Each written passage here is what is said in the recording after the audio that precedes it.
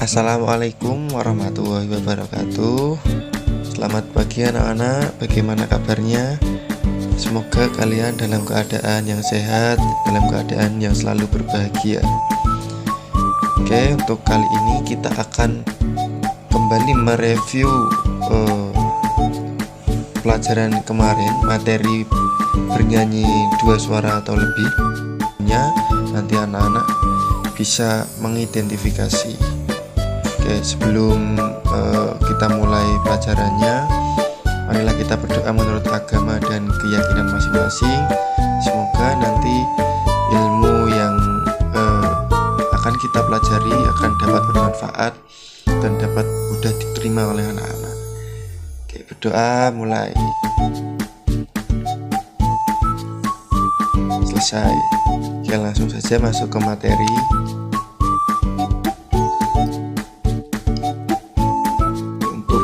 Tujuan pembelajarannya, peserta didik dapat mengidentifikasi konsep bernyanyi dua suara. Kemudian peserta didik dapat mempraktikkan metode bernyanyi suara dengan baik. Peserta didik dapat membuat dan menampilkan hasil aransemen bernyanyi dua suara. Peserta didik dapat membuat karya menggunakan metode bernyanyi dua suara atau lebih. Jadi untuk materi kali ini, selain diharapkan anak-anak dapat memahami, anak-anak juga diharapkan untuk bisa mempraktikkan, ya, bisa membuat karya bernyanyi dua suara secara berkelompok seperti itu. Bernyanyi banyak suara. Seperti biasa kita kembali akan mereview materi kemarin supaya lebih jelas. Kita akan mulai dari jenis-jenis suara manusia terlebih dahulu. Yang pertama, suara anak-anak. Suara anak-anak dibagi menjadi dua, yaitu suara tinggi dan suara rendah. Kemudian suara dewasa. Suara dewasa dibagi menjadi suara perempuan dan suara laki-laki. Untuk suara perempuan sendiri dibagi menjadi tiga, yaitu sopran untuk suara perempuan tinggi, kemudian mezzo-sopran untuk suara perempuan dewasa sedang, kemudian alto untuk suara perempuan dewasa rendah. Kemudian untuk laki-laki juga dibagi menjadi tiga, yaitu tenor, bariton, dan bass dengan urutan yang sama, yaitu tenor sebagai suara laki-laki tinggi, kemudian bariton untuk suara laki-laki sedang, dan bass untuk suara laki-laki rendah. Oke, untuk teknik bernyanyi banyak suara dibagi menjadi 5, yaitu vokal group, paduan suara, akapela, nasyid, dan kanon. Vokal group adalah kelompok yang terdiri dari beberapa penyanyi yang tergabung dan menyanyikan lagu dengan ketinggian suara yang berbeda. Biasanya terdiri dari 3 sampai 12 orang. Berikut adalah ciri-ciri vokal group. Yang pertama, jumlah anggotanya 3 sampai 12 orang. Kemudian pembagian suara vokalnya dibagi menjadi suara alto, mezzo-sopran, sopran, tenor, bariton, dan bass. Kemudian tidak ada dirijen, yang artinya tidak ada seorang pemimpin. Memiliki aransemen lagu yang lebih bebas, dapat diiringi musik atau tidak, menggunakan improvisasi yang dominan, menampilkan gerakan-gerakan yang menunjang makna lagu. Berikut adalah contoh vokal grup.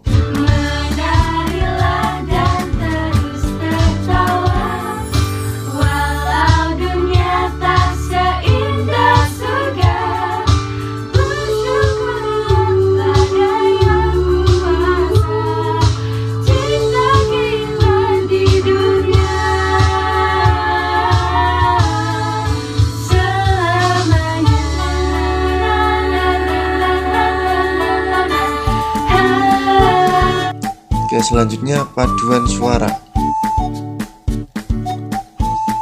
Paduan suara adalah penyajian musik vokal yang terdiri dari 12 sampai 28 orang yang disebut paduan suara kecil, dan paduan suara lebih dari 28 orang yang memadukan berbagai warna suara menjadi satu kesatuan yang utuh dan dapat menampakkan jiwa lagu yang dibawakan. Paduan suara dapat bernyanyi akapela, yaitu yaitu tanpa iringan alat musik.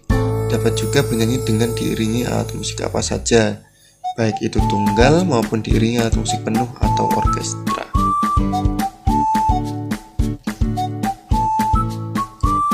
Gaya paduan suara sendiri juga dibagi menjadi 4. Yang pertama yaitu paduan suara anak-anak. Pembagian suaranya dibagi menjadi 2, yaitu kelompok suara tinggi dan kelompok suara rendah. Kemudian paduan suara perempuan, bagian suaranya meliputi sopran, mezzo-sopran, dan alto. Bagian suara menurut tinggi rendahnya suara. Kemudian ada paduan suara laki-laki. Pembagian vokalnya dibagi menjadi 3 juga, yaitu tenor, bariton, dan bass untuk suara rendah. Kemudian yang paling sering digunakan adalah paduan suara campuran.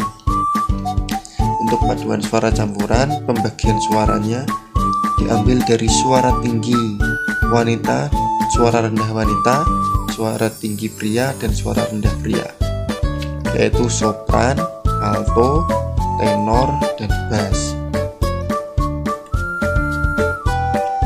Kemudian ciri-ciri paduan suara. Jumlah anggotanya 12 orang atau lebih. Kemudian pembagian suara pada umumnya terdiri dari 4 jenis, yaitu sopran, alto, tenor, dan bass. Nah, ini yang disebut sebagai paduan suara campuran. Kemudian paduan suara dipimpin oleh seorang dirijen atau konduktor. Kemudian dapat diiringi musik atau tidak. Pada poin C, inilah yang membedakan antara paduan suara dan vokal secara lebih jelas, karena dapat kita lihat secara visual. Ketika suatu kelompok bernyanyi bersama, terdapat seorang dirijen, itu sudah pasti dapat disebut sebagai paduan suara. Ketika tidak terdapat dirijen di sana, itu dapat disebut sebagai vokal group, seperti itu. Kemudian selanjutnya adalah akapela. Akapela adalah seni musik yang dilakukan secara berkelompok, di mana seni ini tidak menggunakan alat musik dan hanya menggunakan teknik bernyanyi, di mana suara-suara seperti drum, bass, perkusi, dan sebagainya dihasilkan dari mulut, sehingga menghasilkan alunan melodi yang indah. Musik akapela mulanya sering dimainkan oleh imigran Afrika yang seringkali bernyanyi dalam perayaan pesta di suku-suku pedalaman. Kondisi ekonomi yang sulit membuat mereka tidak mampu membeli alat musik, sehingga mereka mulai belajar menirukan suara-suara alat musik yang seringkali mereka dengar dari paduan suara orang Kaukasia di gereja. Nah, jadi untuk akapela ini iringannya berasal dari vokal penyanyi itu sendiri. Jadi ada yang bertugas sebagai bass, ada yang bertugas sebagai drum, jadi seperti mirip beatbox gitu ya. Berikut adalah contoh akapela.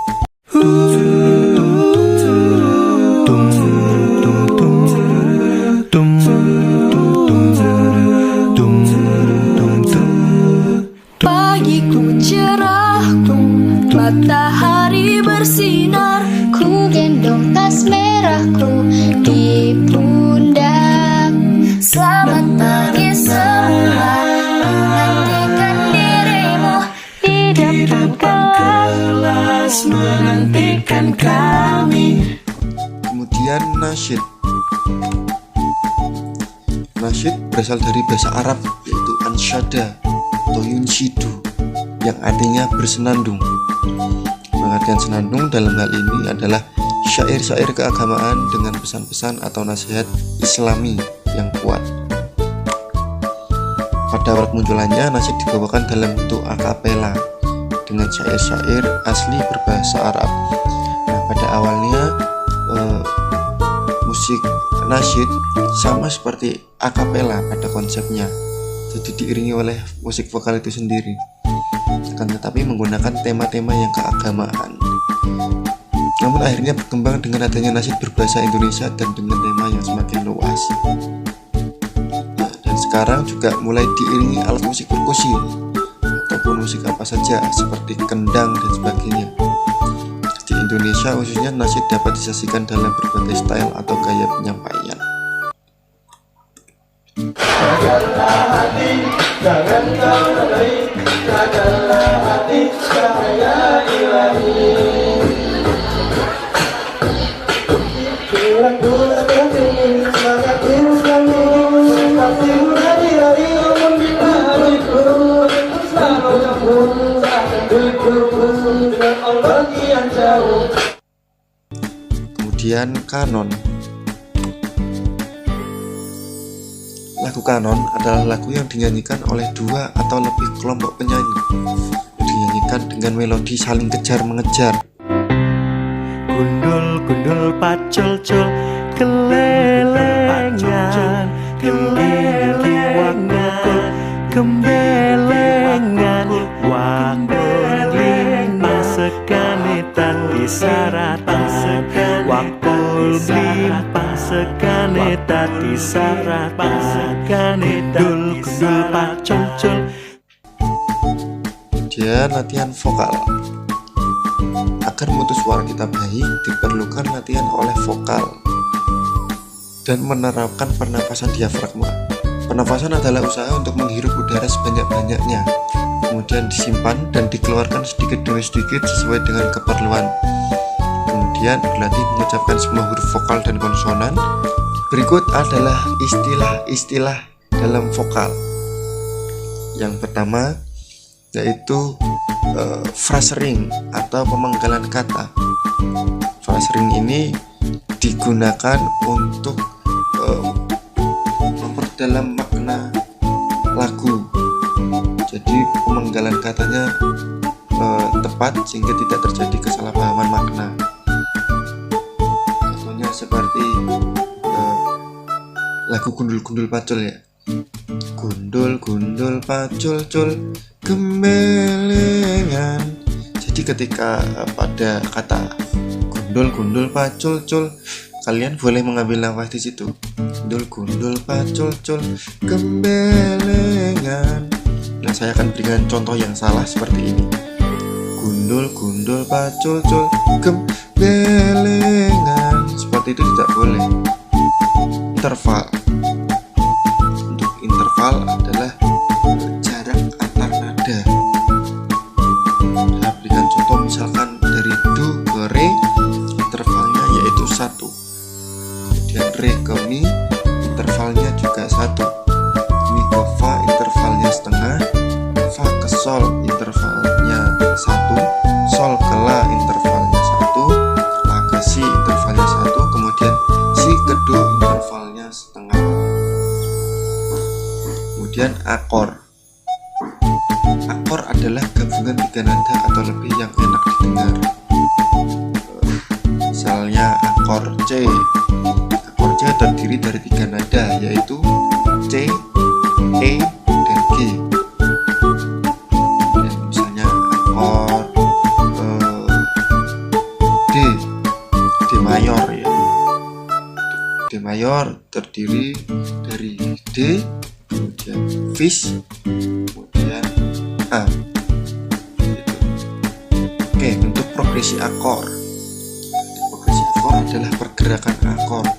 Misalkan dalam satu lagu terdapat progresi 2, 5, 1. Untuk satunya misalkan C, berarti pergerakannya dari D minor ke G mayor, kemudian ke C mayor, seperti itu. Kemudian artikulasi atau kejelasan pengucapan kata yang seperti kita bahas tadi, ini dapat kita latih dengan berlatih mengucapkan huruf-huruf konsonan dan huruf-huruf vokal seperti A, I, U, E, O. Saya berikan contoh artikulasi yang benar.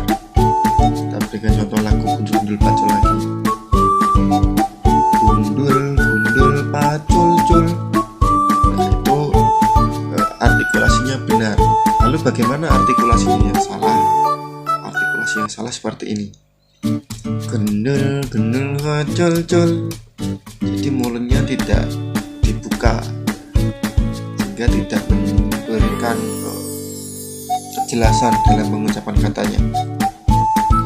Kemudian intonasi adalah ketepatan nada, kemudian dinamika, selanjutnya volume bernyanyi.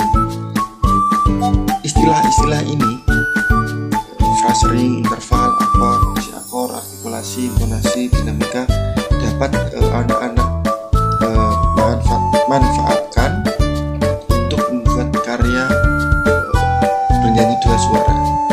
Jadi anak-anak nanti bisa memberikan dinamika di dalamnya, kemudian anak-anak bisa memahami phrasingnya sehingga maknanya juga dapat tersampaikan, kemudian artikulasinya, kemudian intonasi, seperti itu. Oke, selanjutnya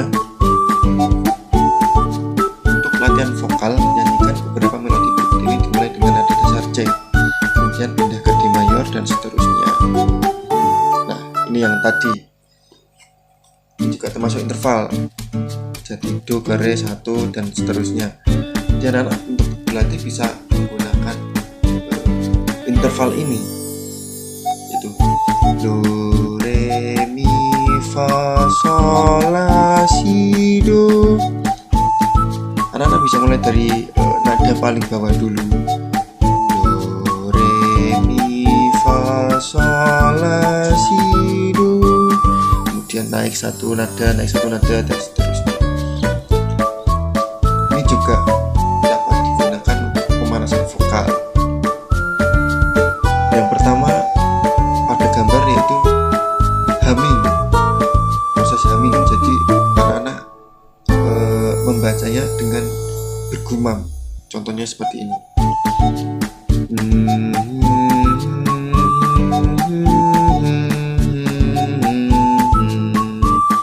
Kemudian anak bisa naikkan satu nada, kemudian naikkan satu nada lagi dan seterusnya. Untuk latihan lagu dua suara. Dan lagu dua suara dapat dilakukan dalam dua kelompok. Untuk suara pertama dinyanyikan oleh kelompok perempuan suara tinggi, kemudian kelompok kedua oleh kelompok perempuan suara rendah. Kemudian latihan tiga suara. Yang pertama, melodi suara pertama dinyanyikan oleh kelompok perempuan suara tinggi, kemudian kelompok kedua oleh kelompok perempuan suara rendah, kelompok ketiga oleh laki-laki. Bila siswa perempuannya sedikit bisa diganti oleh laki-laki dan sebaliknya. Jadi lebih fleksibel. Yang penting dapat bertanggung jawab dengan melodi yang harus dibawakan. Mungkin itu yang bisa Bapak sampaikan. Semoga materi hari ini bermanfaat dan anak-anak mudah menerimanya. Semoga kalian selalu dalam keadaan yang sehat, dalam keadaan yang berbahagia. Selalu jaga kesehatan. Wassalamualaikum warahmatullahi wabarakatuh.